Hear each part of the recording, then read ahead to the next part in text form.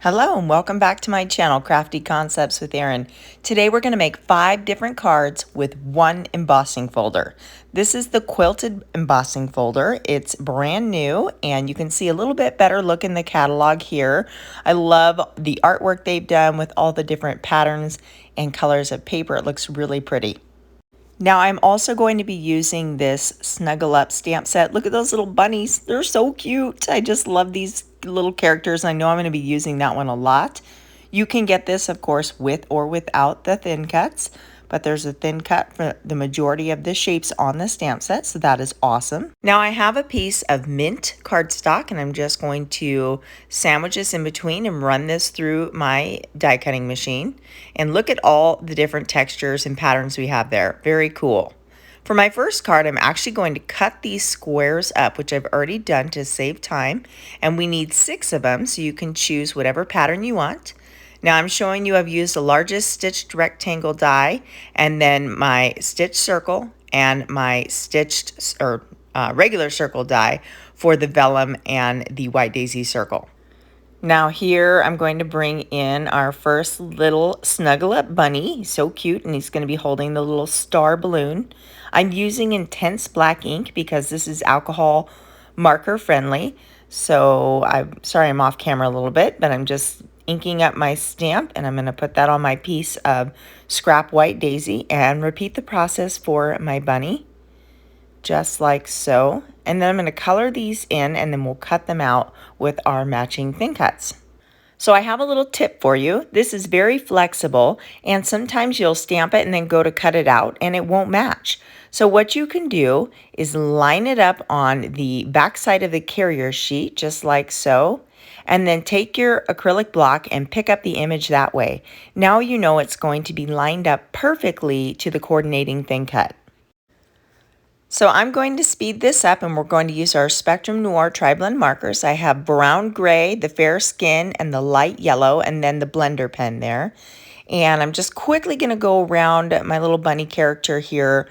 I'm starting with the dark on the outside, and I want the light to be kind of shining on his little face, so that's where the highlight's going to be. I really like having all 3 colors in one marker. It makes it so convenient and easy. These are great for traveling if you go and you craft with your friends. Of course, nobody's doing that right now, but hopefully we can get back to that soon.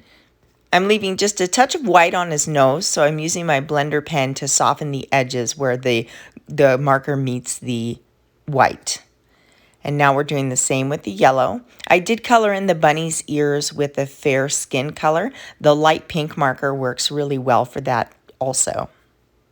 So now I'm ready to use the little Post-it removable tape, and as you can see, my little thin cut lined up perfectly there. And now I'm speeding this up just a bit so we can assemble our card. I'm lining up the squares, and I want to make sure these are evenly spaced, and so I'm just kind of arranging them there.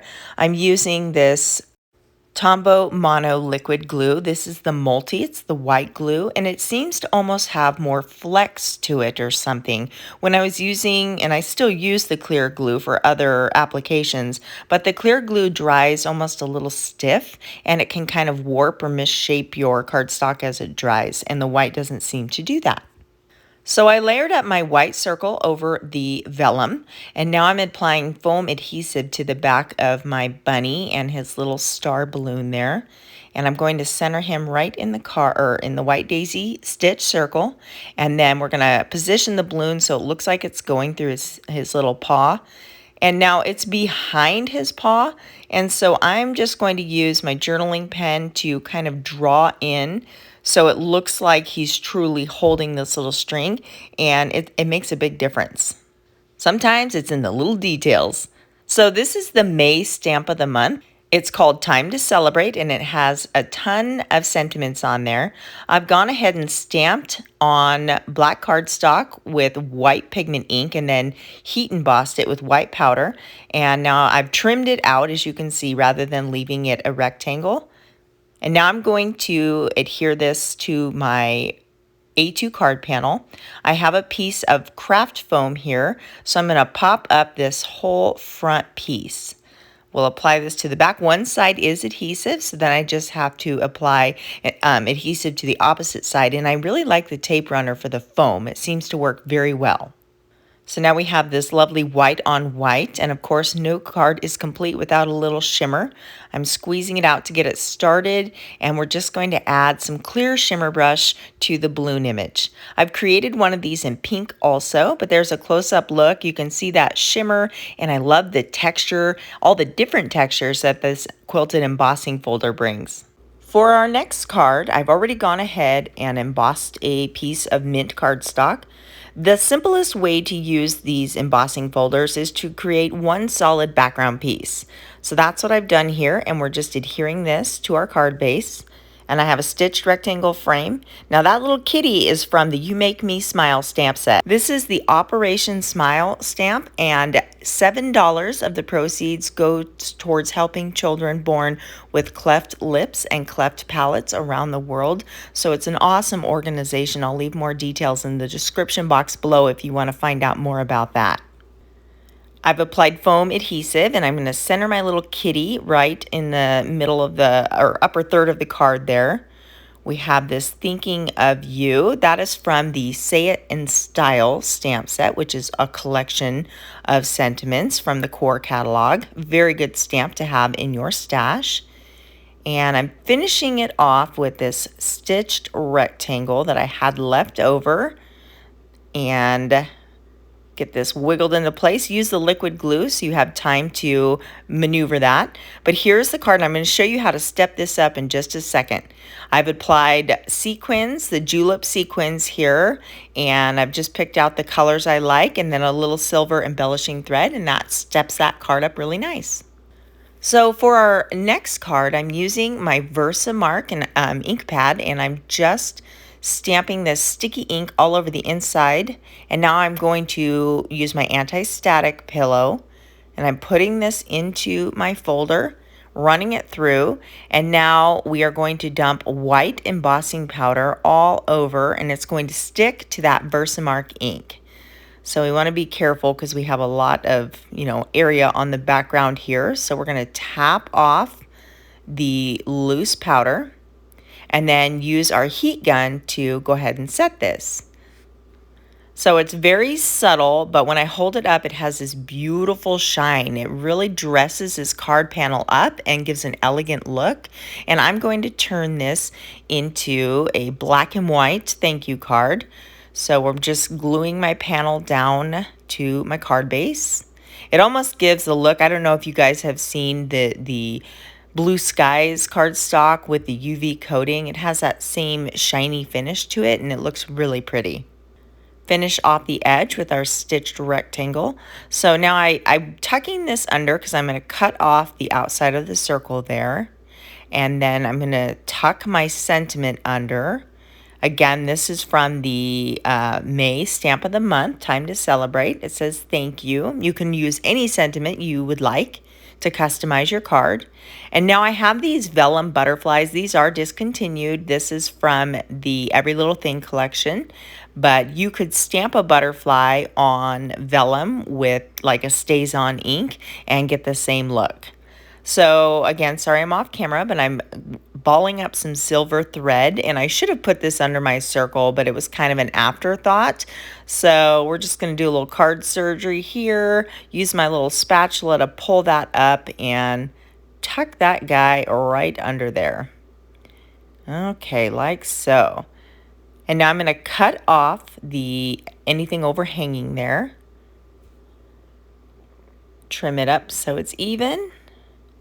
Perfect.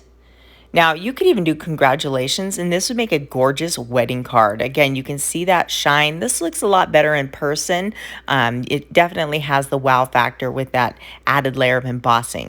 So this next card was inspired by one of our consultants in Japan, and she did a beautiful job creating this background piece that I just really want to try.